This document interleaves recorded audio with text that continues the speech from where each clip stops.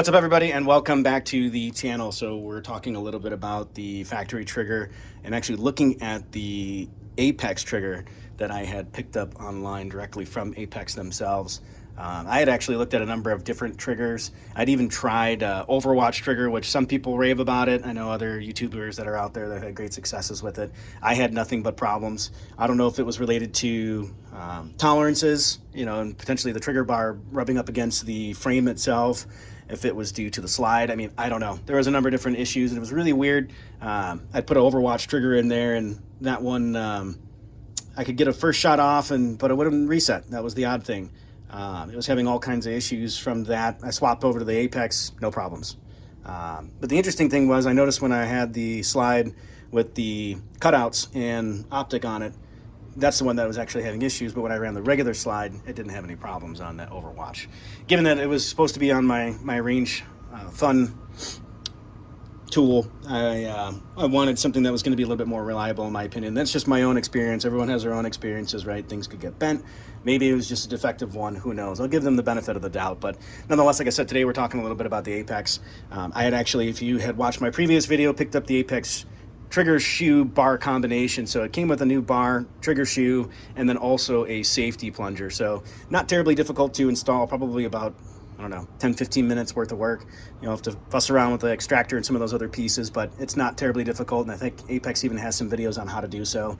Factory pistol, of course, we're empty here. Has a decent break, a lot of take up though, and that was one of my biggest complaints. And I don't know if that's due to the two-piece shoe trigger design, but if you notice, you see as it comes back before we get to the wall, which is almost up against the frame, that's when we finally get some tension and then break. Reset, it's decent, it's relatively short, break. Now when we compare that to the Apex, you'll see take up right there, there's my wall. So that's quite a bit of a distance, maybe even half an inch, give or take, before we finally reach the wall versus the factory trigger.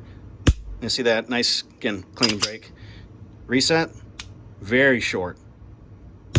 And one of the big things, I think, most importantly, that kind of set it off for me and why I really like the Apex, and again, nothing against the Overwatch, to each their own. I've had good success with it so far. I've ran a couple hundred rounds through it since I've had it, and I absolutely love it. Both of these pistols are more or less broken in. I'm over the 600 round count. I actually lost count after a while with these two. But the big thing that I like about this is it actually retains the factory safety. So if I ever did decide to carry this particular unit, then at least I have more peace of mind on that front, and that it still retains the factory safeties. Again, this one more or less, since it's a EDC, I'm not doing much to alter it just beyond the mag well. I may change the sights in the future. I did order a set of night sights for it, so that'll be something I'll add on there and do a little review for you folks. I think those are Ameriglow or one of the other brands, but once I get the video shot and parts in, then I'll definitely post that up for you so you can check it out. But I did at least want to give you a comparison. So let's take a look at that now. We'll do some pulls on the triggers and see what we get in terms of weights. All right, so we got the factory Glock. We're going to do an average of 3, so we're going to pull it. See what we got here. 4.62. We're going to reset it.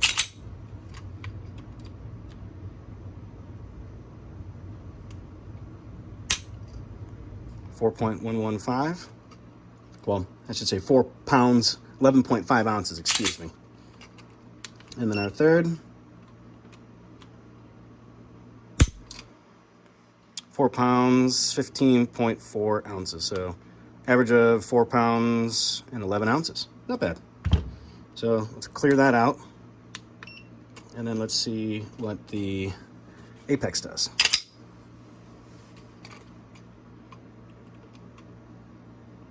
So we got to get on that little safety detent there. So I got 3 pounds, 3.7 ounces for the first one. Clear that.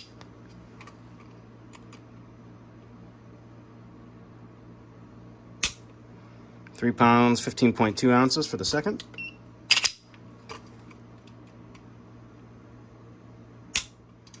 And 3 pounds, 5.4 ounces for the third. So for an average of 3 pounds, 8.1 ounces. So definitely a little bit of increase in the, or decrease, I should say, in the overall pull weight. So for what it's worth, I mean, especially for, price point, depending on what you can find, and if they have any sales or anything else, 80 to $100 somewhere in that neighborhood, depending on if you go with the polymer shoe or if you want one of the metal ones. I think those are closer to about 150. I opted for the polymer. It's fine for my purpose. I was comfortable with that, and I wanted black to match the overall scheme of this particular gun, even though the slide is gray. But anywho, for what it's worth, like I said, 80 to $100, you get something that replaces not only the shoe, the trigger bar. And actually I meant to mention the disconnector as well. So it actually came with a new disconnector, trigger bar, shoe, and also they had the safety plunger. So for something that reduces not only the take up on initial shot, reset, right, is shorter, and then you also get a lighter trigger pull and retain all of the factory safeties. It's pretty darn good for what it's worth. They're not sponsoring this video, nor are they giving me any sort of compensation for making this at all. This is just my own personal experience with it. And like I said, I've definitely got a couple hundred rounds underneath this trigger as of now, and I'm certainly pleased with it overall. And then something else I'll talk about too here probably in the future and do a review on is the Holosun 507C ACSS with green. Another one of the optics that's been on the market for a little bit of time now, and certainly gained some popularity in the RMR crowd in comparison to Trijicon and some of those other major manufacturers. But nonetheless, future video, so stay tuned for more content. Like I said, definitely hit that like and subscribe button if you like what I'm putting out. If you have questions, thoughts, comments, drop them below. Happy to respond. Otherwise, like I said, be safe, stay vigilant, and thanks again for all the love and support that you guys provide. Take care.